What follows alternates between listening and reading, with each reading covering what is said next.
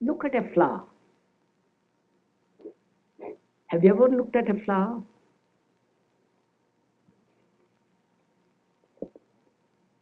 Or you have looked at it, given it a name, passed it by.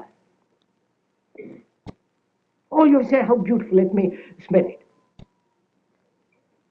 All these are distractive actions which prevent you from looking at that flower. The speaker is Krishnamurti, one of the more challenging and creative men of our time. During the past 4 decades, the writings and talks of Krishnamurti have attracted an increasing audience in Europe, Asia, and America. This series represents the first time that Krishnamurti has allowed his talks to be filmed. In this second of 8 programs, filmed principally in the Ojai Valley in California, Krishnamurti, in public talks and in informal conversation, speaks directly to the fundamental problems of today. In particular, he speaks of the problem of change and suggests that the real problem is not changing society, but changing ourselves. You may go to football, you go to various forms of entertainment, including church, but it has no meaning. Is it possible to empty the mind of the known? One must have asked this question vaguely or with a purpose, because one suffers, one has anxieties, whether it's possible to go beyond, or one has vague hints of it. Now we are asking it, we are asking it as a question which must be answered, as a challenge which must be responded to. And this challenge is not an outward challenge, but a psychological inward challenge. And we're going to find out whether it is possible to empty the mind of the known. Look at that oak tree. Actually look at it.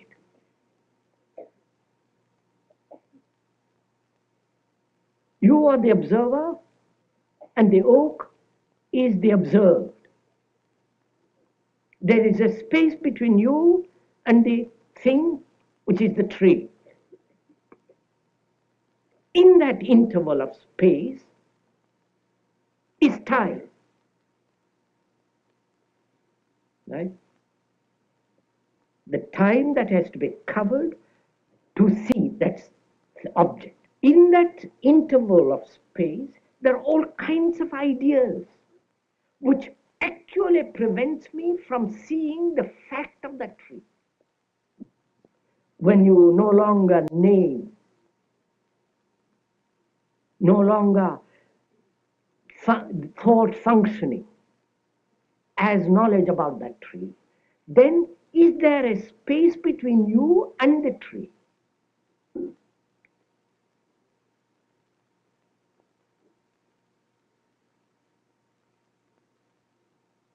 Then, if you go into it very deeply and observe all this, then the observer is the observer, which is not the observer identifies himself with the tree. Observer is the image which has been created. Observer is the image that has been created. He is the censor, the entity that judges, compares, all that. Now, and then he looks at the object. Either the tree or his own experience, or his image, his relationship with somebody, another. So the observer is the image looking at the image which he has created about the other. So the relationship between the observer and the observed is not a relationship. It's 2 images looking at each other. Now, if the observer when the observer has no image at all, which is quite a tremendous problem, inquiry, which is meditation, all that, then the observer is the observed. What is the observer. Not the observer is looking at what is. When the observer is the observed, and the observer has always acted as though the observed is something different from himself, then he could act. But when he realizes that the observer is the observed, all action ceases on his part. And therefore all effort.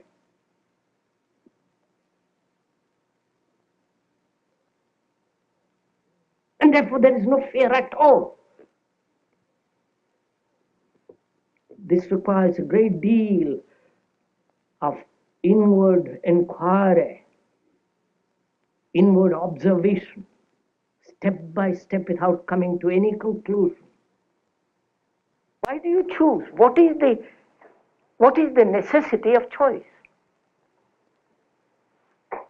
If you see something very clearly, as we just now saw what freedom implied, and when the mind is only free that it can see the total, when you see that clearly, there is no choice. It's only the confused mind that chooses.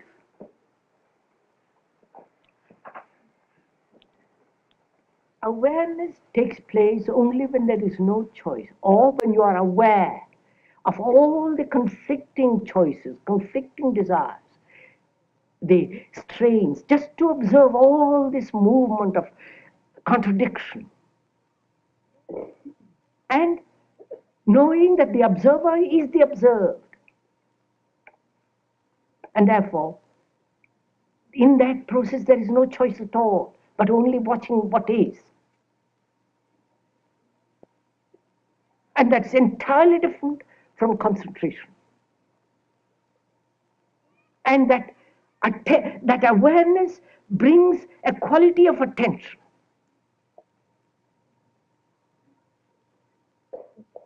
In which there is neither the observer nor the observed. When you really attend, completely attend. Like when you're now, if you are really listening, there is neither the listener nor the speaker. And that state of attention brings about an extraordinary freshness, youth, and not youth. In America they use that word terribly. The extraordinary sense of freshness, quality of newness to the mind.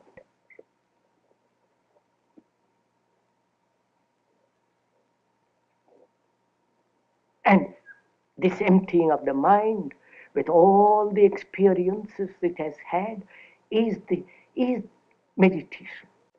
If you observe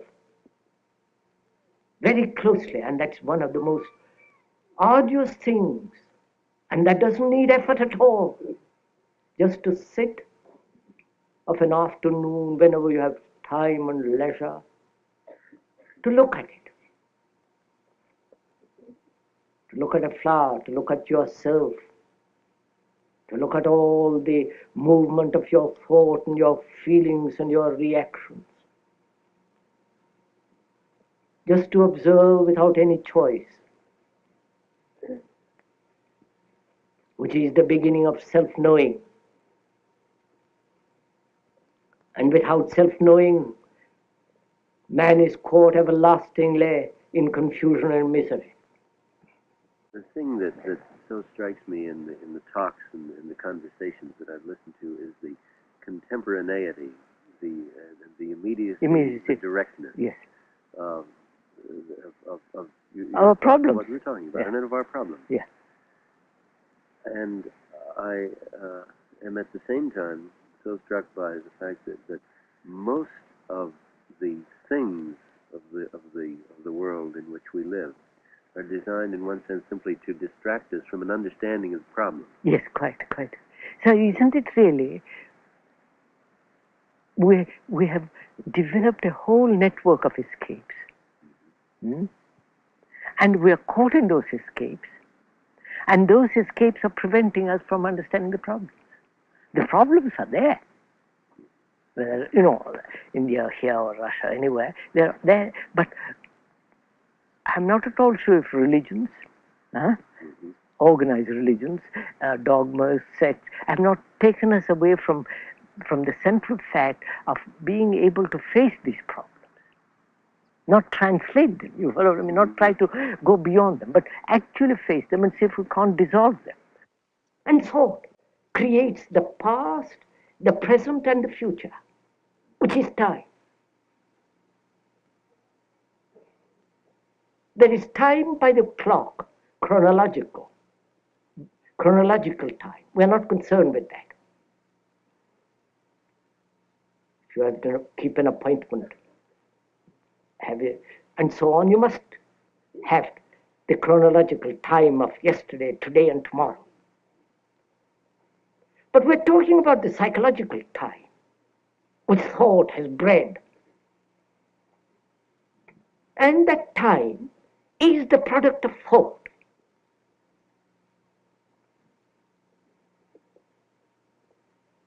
I have had that pleasure, I am going to have it, and I shall have it. This time quality is created by thought, bred, put together by thought. And thought is time, and it is time that creates fear.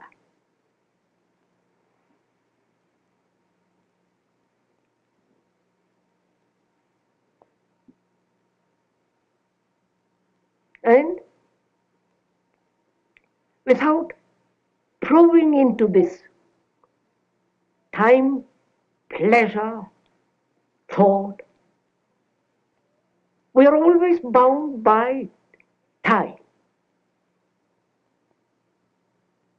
And therefore time has never a stop. It's only when there is an end to time that is something totally new. You speak in terms of creating not a new consciousness, but a new society. New society in relation to a mind that has completely undergone a revolution with regard to the psychological structure of society. Yes. Which would mean a society which is not in time? No, it has to. All society has to be in time. But the individuals who have freed themselves from this structure, psychological structure, will be freed of time. Therefore, they won't be slave to time, but yet obey the laws of time in society. It certainly isn't modern man who has invented time, but the concept has an awful lot to do with time. I think it is because he made himself incapable of facing what is the fact. Therefore, he has a concept about the fact inwardly, psychologically, and according to that concept formula, he functions. Therefore, the fact, the formula, and action are contradictory with each other. Yes. And therefore, he's in constant battle with himself.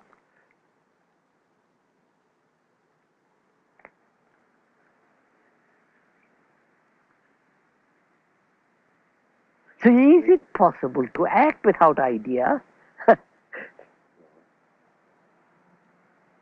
Idea being organized thought, and therefore all formula. Yes. It's only the free mind can see the whole. Right? But he must have some experience of the whole in order to see it. No. To see the whole thing, you need a very sharp mind, very clear mind. A mind that's not biased.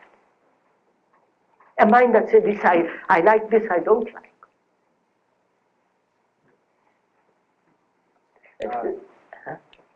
Well, you have eliminated the mind that is in a pattern or expects to be led, or it won't ever see the complete truth. But does that necessarily mean that the mind that is free will will see the truth. Look, if you want to see the view of that valley from the hill, you take a survey of the whole thing, don't you? That means your mind is no longer merely fixed on the Thatcher school or a particular school. You look at the whole valley.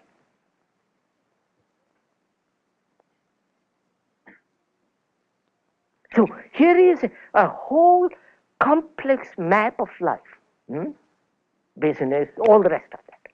Very complex. And to understand the whole of that, you must be free to look. Therefore we say, free the mind from fear. As long as there is fear, that fear will take shelter in a belief. Christian or doesn't matter what belief. Because fear demands comfort, security, hope, and all the rest of it. So, being afraid of something, death or something else, that fear must take shelter in something. Therefore, whether you believe in reincarnation or not, or some other belief, is the same. All beliefs are the same, because they are essentially born out of this fear.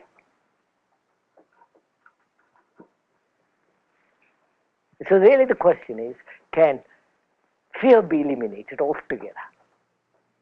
It's like inquiring into if there is such thing as God.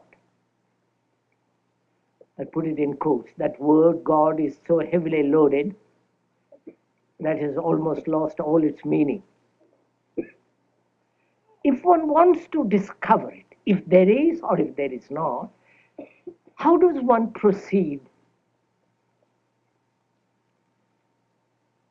Obviously, to find out, all types of belief must come to an end. And therefore, which means all form of fear must come to an end. Belief is a form of hope. And I have hope because I'm in despair. And I invent a belief, a security, a state of mind which says there is something which is permanent. And I believe in that. And that belief, obviously, not only conditions all examination, all perception, but it prevents the total inaction.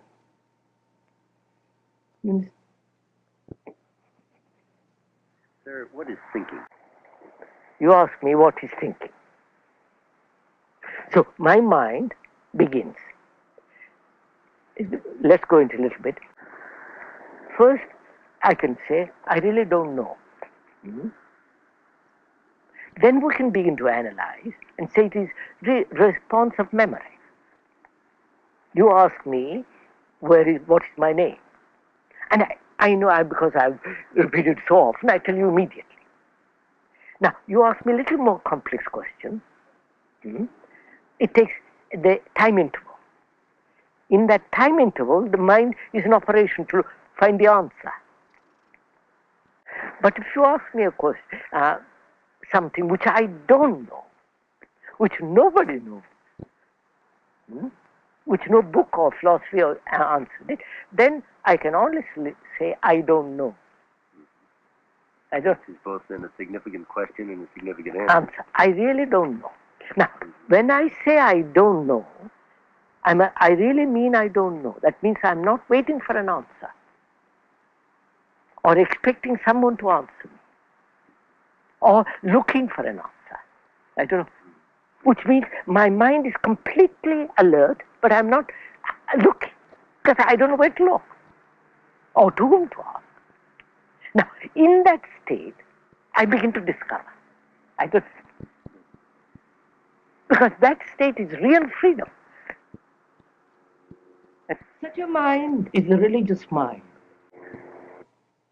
no longer seeking, no longer demanding experiences, is not caught in visions.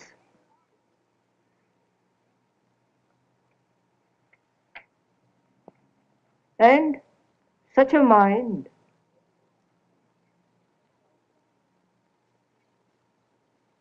has an activity totally different, at a different dimension, which thought can never possibly reach.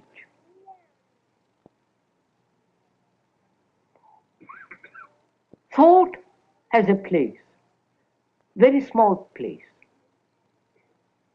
But when one realizes that, thought has no place at all. Which doesn't mean you live on ugly little sentiments, emotions.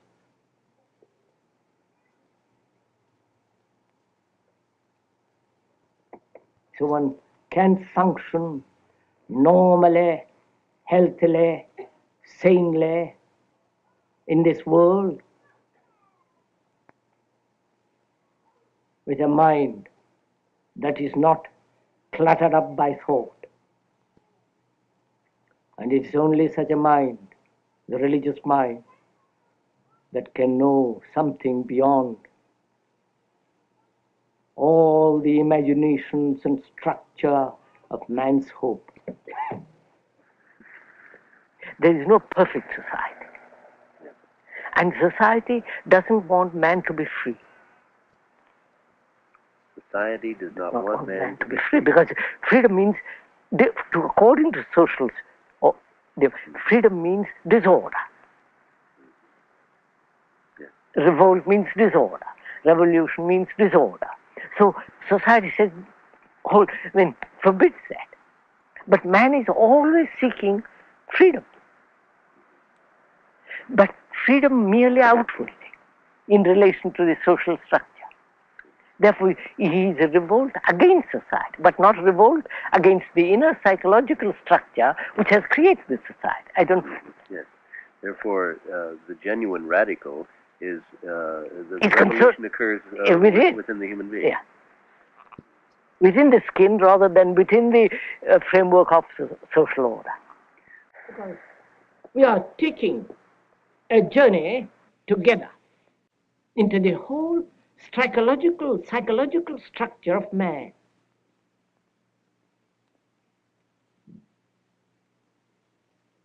Because in the understanding of that structure and the meaning of it, we can then perhaps bring about a change in society. And society, God knows, needs a total change, a total revolution. All similarities should be distrusted. Yes. You know what I mean? Yes. So, Sure. I mean, psychologically, man has built this extraordinary structure called society. Because inwardly he is that. But outwardly he's going to lay down laws how to control that. But inwardly we have... No. Yes, I follow. Inwardly we are just wild. It seems to me that society and the individual's inner makeup, that a society and an individual's inner makeup can be governed by quite different laws. In fact, be two quite different things. And I know much less about the laws that may govern an individual inwardly than I do about the laws that govern society. Naturally.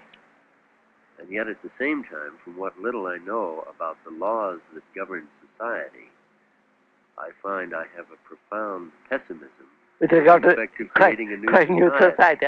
Quite. So that's why, sir,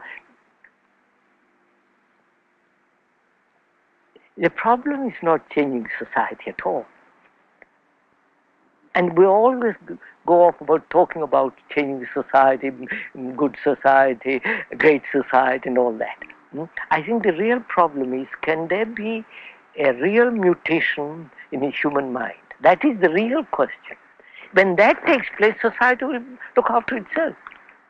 It is as if that human society may have evolved, but the human being as such has not. Has hardly evolved. And that, of course, and that awakens a problem, brings a problem. Is there evolution? Psychologically, not outwardly, there is. But psychologically, is there such thing as evolution? That is, becoming better, changing from this to that, or creating an inward perfection. All that implies time. And time is essentially, through time you can't possibly change the psychological factor. So if one can put away all idea of gradual revolutions inwardly, then we have to face the fact what is inwardly each minute and see if that fact, if what is cannot be absolutely be eliminated immediately. That is the real question. I don't know. There is no end to talking, to words, to attending meetings and reading.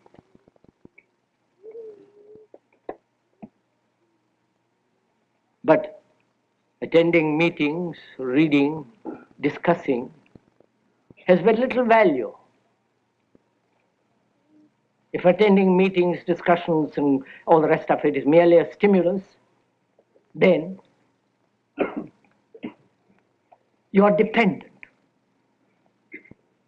As people are dependent on LSD, on music, on pictures, on doing something. And as long as one is dependent, one is in conflict, one is in despair. And one has to come, not through reading, to discover the whole process of knowing oneself. For the knowing of oneself is the beginning and the end of all misery.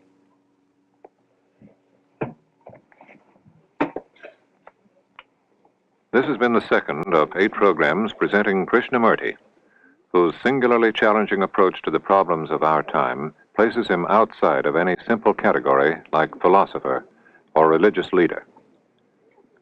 Subsequent programs will explore love, fear, conflict, the aging of the body, and death. In his next talk, Krishnamurti will speak of freedom from fear.